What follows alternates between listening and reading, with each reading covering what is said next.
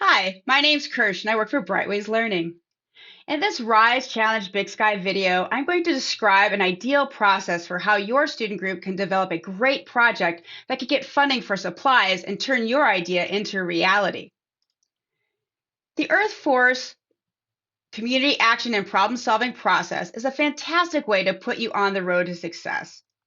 It is well organized in 6 distinct steps.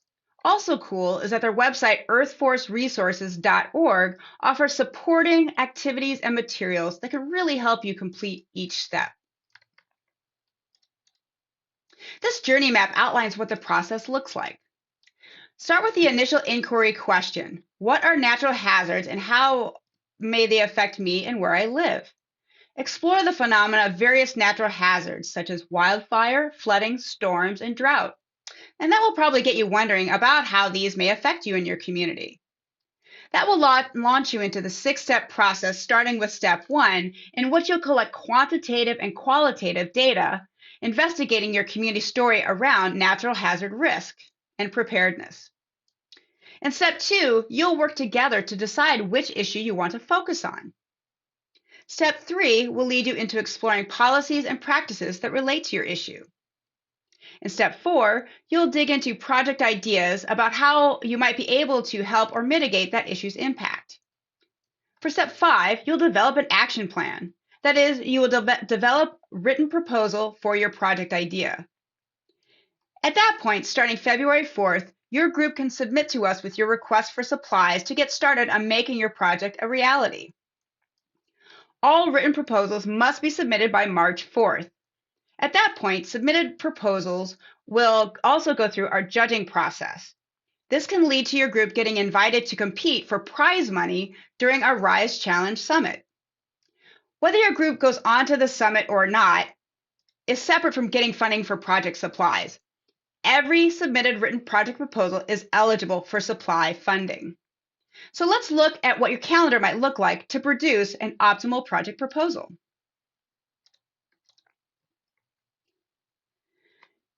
In fall or by winter break, ideally, you will have a natural hazard topic selected. That is, you will have completed steps 1 and 2. In January and February, you'll have engaged experts and defined a strategy or a project idea. That means you've completed steps 3 and 4. Starting February 4th, you can begin submitting your written proposal, which can then allow implementation funds to be given for supplies. Now, you will also be able to get feedback from the judges that you can polish up and be able to get ready for summit submission and your presentation if you've been selected. The Student Workbook PDF is a great resource that helps students through each step of the process. As you glean from the table of contents, the workbook's flow specifically supports the key elements throughout the project development process. So I encourage you to look at it and try it out for yourself. I've put a link to it in the video description below. So what makes a written project proposal exceptional that gets your group to the summit and the chance to win prize money? The judges will look at 5 different categories. Youth voice, that is, how did students brainstorm ideas and allow all voices to be heard in their group? Community interaction, did students talk to various stakeholders like family, friends, government officials, field professionals, school staff, or other people in the community that might care about your selected issue? Civic component. Did students ask for change from people in power? Were students empowered themselves throughout the process, such as being included in discussions and voting? Budget. Did students include a list of items and how much they cost that matches the project's description? Finally, project impact and planning. Did students focus on a significant issue? Will their project yield measurable and positive impacts and improvement? Does the project include a timeline? For more details about the written proposal, check out our specific video about that, which will be available on our channel around late November 2021. Finally, in mid-March, students will be invited to the summit. It'll be a fantastic learning and sharing experience for all students and stakeholders, whether or not they are invited into this phase of the competition.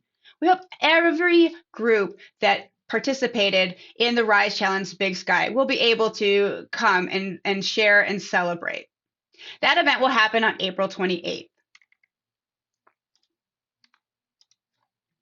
So, just to wrap up a few of the takeaways.